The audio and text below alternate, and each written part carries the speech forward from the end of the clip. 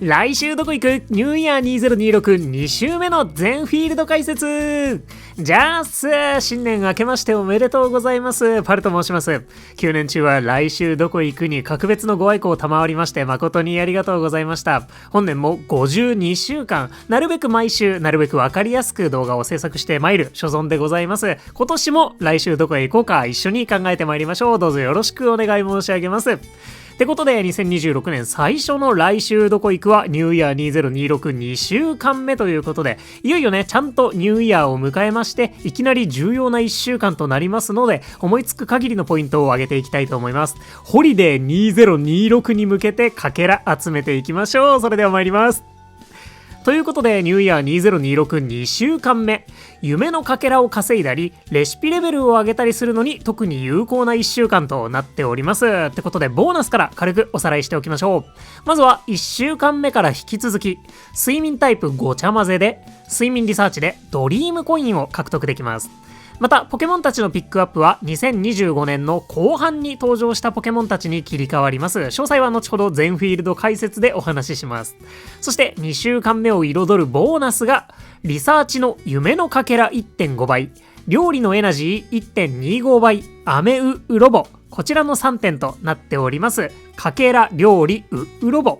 アメウロボはフィールド選びにはそう影響ないかと思いますので、基本かけらと料理とポケモンのピックアップでフィールドを決めていくことになるかと思います。で、この夢のかけらに関してなんですが、リサーチの報酬のみ獲得量が 1.5 倍になりますので、スキルで獲得するものは特に増えません。夢のかけらゲットとかドンカラスの強運はかけら増えませんのでご注意ください。そして1週間目のアメ 1.5 倍と違ってかけら 1.5 倍は分割睡眠でも適用されるはずなんですが、ドリームコインは引き続き1回目のリサーチのみとなっておりますので、そちらもご注意ください。またボーナス以外の要素としては2週間目のミッションが追加されます。1週間目も引き続き2週目に行います。昨年の2週間目のミッションはこんな感じでした。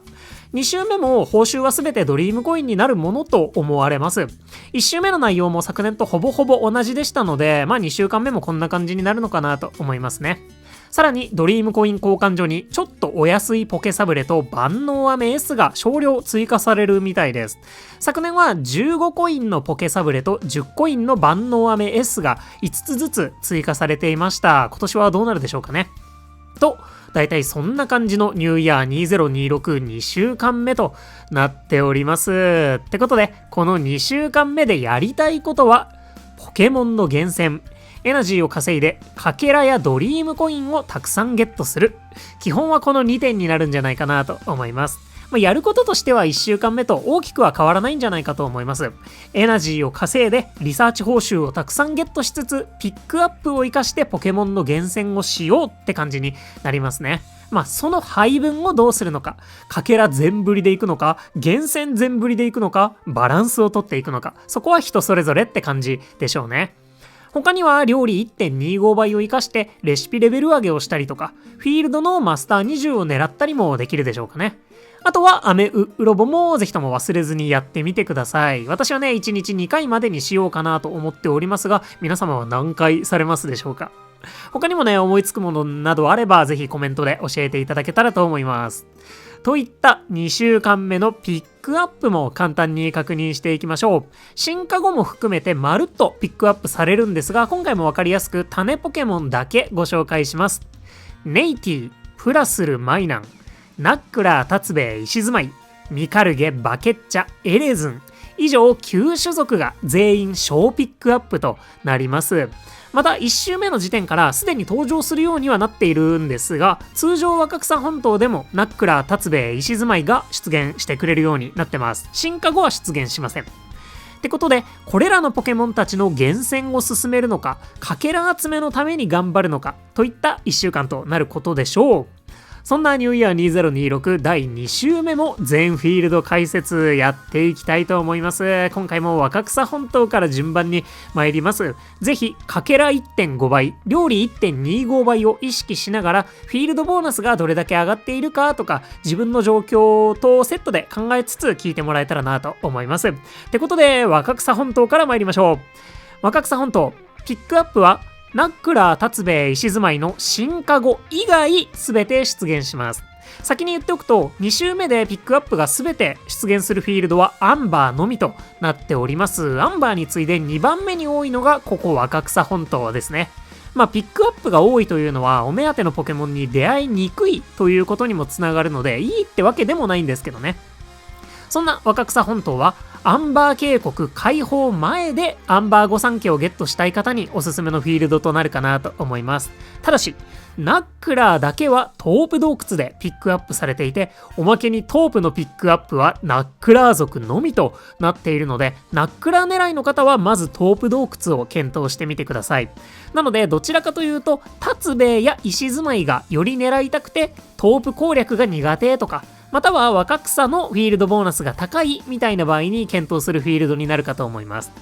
そんな若草本島の特徴としては、このねキャンペーン2週間目においてはプラス面はフィールドボーナスが上がっていることが多く、夢のかけらが稼ぎやすそうなことで、マイナス面としてはリサーチが下振れしやすいことと木の実ガチャがあることになるかなと思います。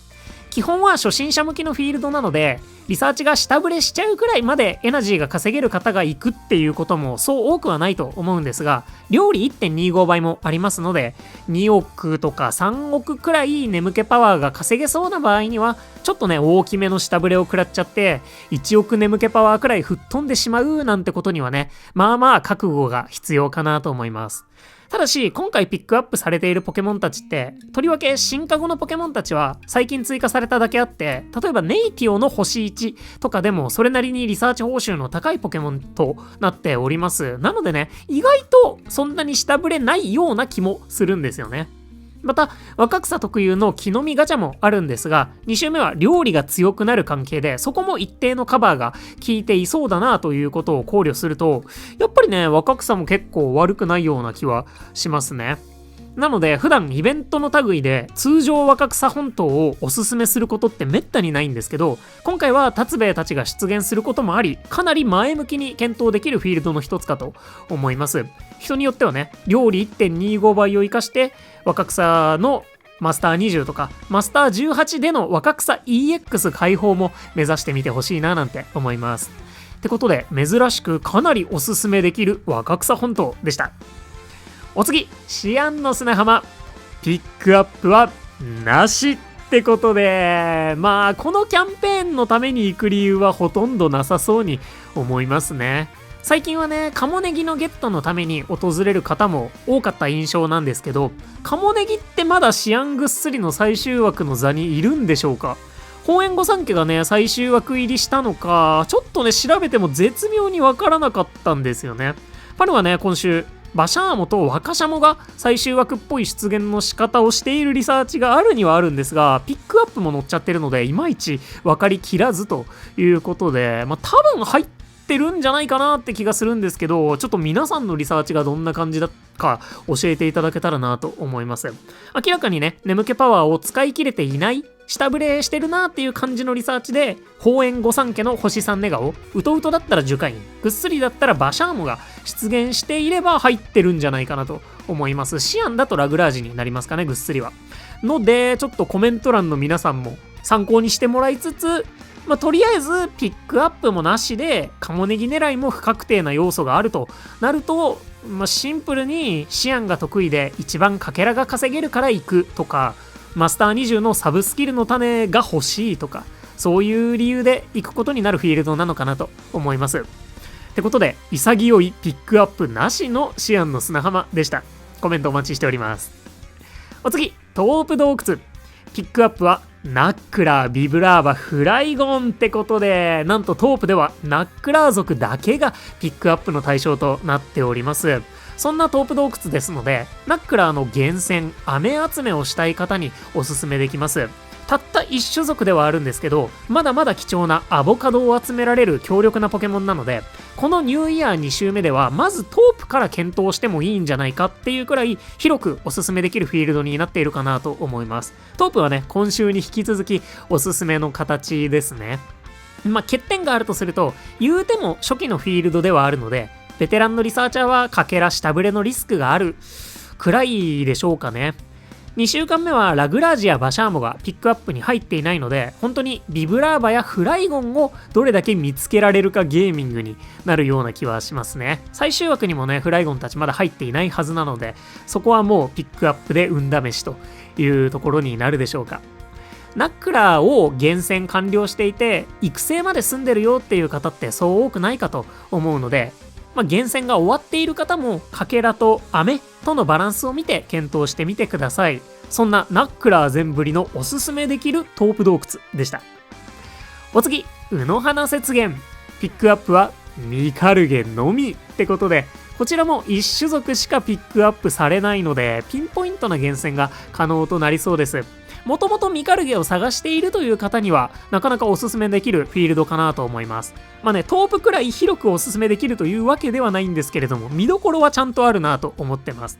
まずね、キノコ、カボチャのポケモンとしてしっかり優秀なミカルゲなんですが、カボチャのポケモンとしてはバケッチャが他のフィールドで出現しますし、ピックアップされていますし、あちらの方がゲットしやすく、育成しやすさもバケッチャの方が数段上なんじゃないかなと思ってます。ただし、キャンペーン的な噛み合いはミカルゲ非常に良くて、最近追加されたポケモンの中ではトップクラスにリサーチの夢のかけらの配分が多いポケモンになってるんですよね。なので本キャンペーンでこそなるべく出現してほしいポケモンだったりします。本当にね、アルクジラやトゲデマルも見習ってほしい、マジで。ってことでミカルゲ、ピンポイント狙いとかけらに魅力を感じる場合、ちょっとね検討してみてほしい卯の花雪原でした。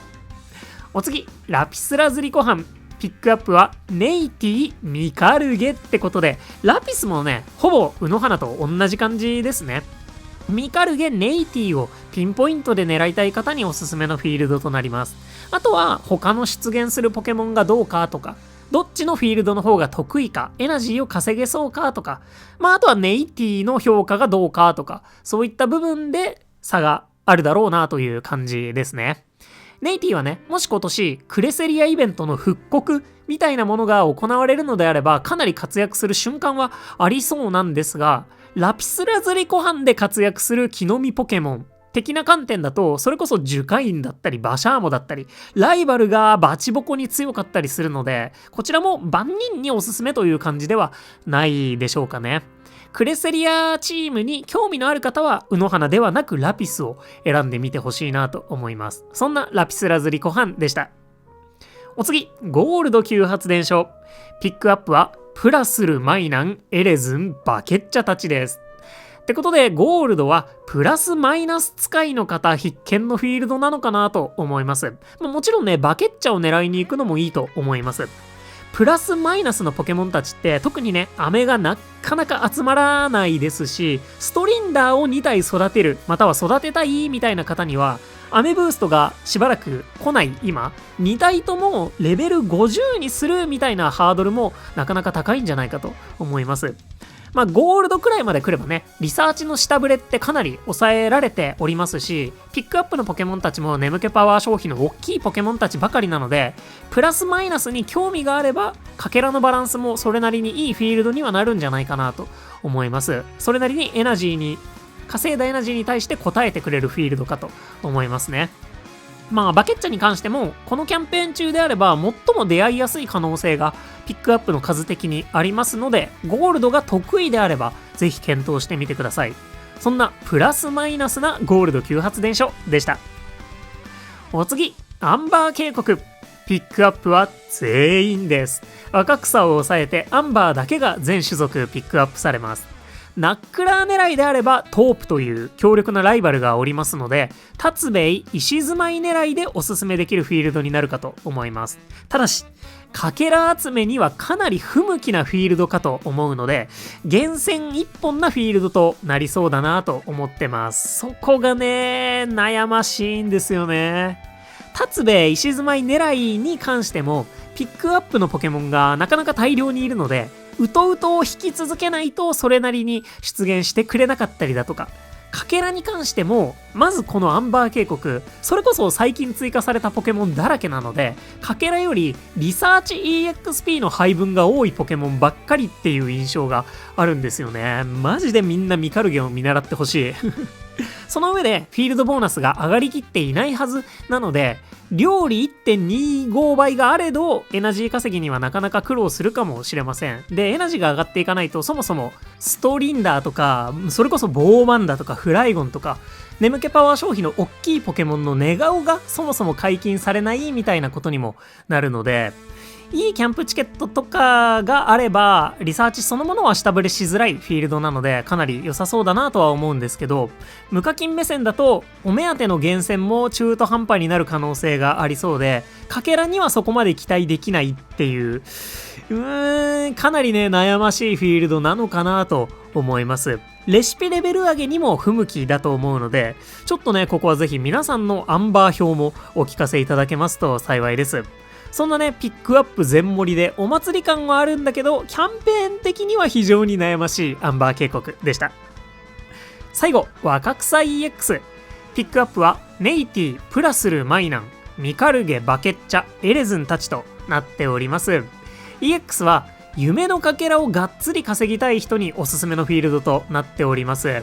アンバーが厳選特化だとしたら EX はかけら特化の趣がありますね。で、いきなり一つ注意点なんですが、若草 EX って確かに夢のかけらをがっつり稼ぐことのできるフィールドなんですが、基本的にはフィールドボーナスが低い場合、他のフィールドの方が大幅にエナジーを稼げる場合において EX ってかけらを稼げるフィールドではありません。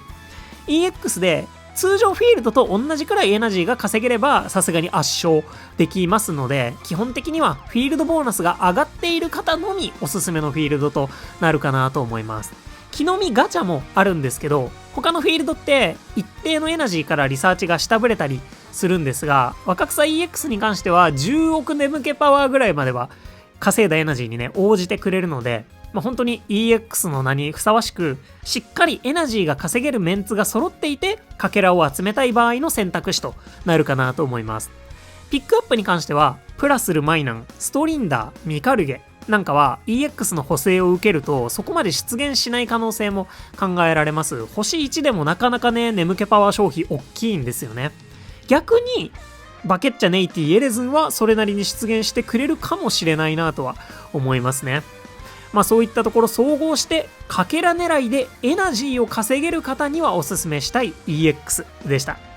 なお EX のボーナスなんですが、木の実、食材、スキルどれも均等に選ばれるものと思います。料理にはイベントのボーナスが入るんですけど食材ではないので食材ボーナスも問題なく選ばれるはずですね。といった全フィールド解説でした。いかがでしたでしょうか。超ざっくりまとめると、達兵衛、石住まいが狙える若草、ピックアップなしのシアン、ナックラー狙いでおすすめのトープ、かけらが多いミカルゲ1本でいく卯の花、ミカルゲとネイティのラピス、プラマイのゴールド、厳選のアンバー、かけらの EX って感じかなと思います。広くおすすめできるフィールドはやっぱりトープでしょうかね。それ以外は結構ピンポイントな目的で行くことになるかと思うので、最適なところを選んでもらえたらなと思います。ちなみに私は今のところ EX に行こうかなと思ってます。あまりにも気が早すぎるんですが、次の鍋拡張が怖すぎるので、とりあえず1000万かけらくらいを目指して稼げそうなタイミングではかけらを集めておいて、アンバー御三家の厳選に関しては今後ゆっくりやっていこうかなくらいで今のところ考えているんですけれども、果たしてどうなるでしょうかね。2月にねバレンタインが来て、そこで新たなデザートが追加されるかとは思うんですけど、アボカドのつよつよデザートとか追加されてもおかしくないですよね。なのでね、今のうちにアボカド担当を探しておきたい気持ちも非常にありますので、そこが本当に悩ましいところだなと思います。おそらくね、ニューイヤーキャンペーンもこれ終わったら1週間間空いて、またすぐキャンペーン、イベント来ると思うんですよね。昨年はこのニューイヤーが終わった後のタイミングでスキルウィークが来たんですけど、次木の実ウィークが来るんじゃないかななんて思っています。そこを考えるとね、木の実ウィークと EX 相性悪くはないので、EX 行ってさらに1段階フィールドボーナスを上げておいてもいいし、結果的にね EX 行かなかったとしてもかけら狙いとしても十分価値があるし、でも EX 行き過ぎると EX フィールドボーナス満タンになっちゃうしなみたいな思いもありつつ最後までね、もうちょっと悩んでおこうかなと思います。ぜひ皆さんはどこのフィールドに行かれるのかコメントで教えていただけたらと思います。そして法園御三家の最終枠についてもそれっぽい出現の仕方をしていたらぜひ教えていただけますと幸いです。ニューイヤー来週も引き続き楽しんでまいりましょう。そんな来週どこ行くニューイヤー2026 2週間目でした。ということでここまでご視聴いただきまして誠にありがとうございました。お相手パルでした。よろしければ動画にグッドやハイプで応援いただけますと動画の拡散につながりましてマジで動画制作の励みとなります。新年からねグッドを押していただければ徳が積まれていくかと思いますので本年も何卒グッドやハイプコメント等々頂戴できますと幸いです。本当にいつもたくさんの応援ありがとうございます。それではね、年末年始のお休みも終わってまた普通の日常に戻られる方も多くいらっしゃることと思います。2026年もね、私も皆さんもたくさん眠って健康に楽しく過ごせることを強く強く願っております。ってことで本年もどうぞよろしくお願いいたします。それでは今年も元気にいってらっしゃい。またね、バイバーイ。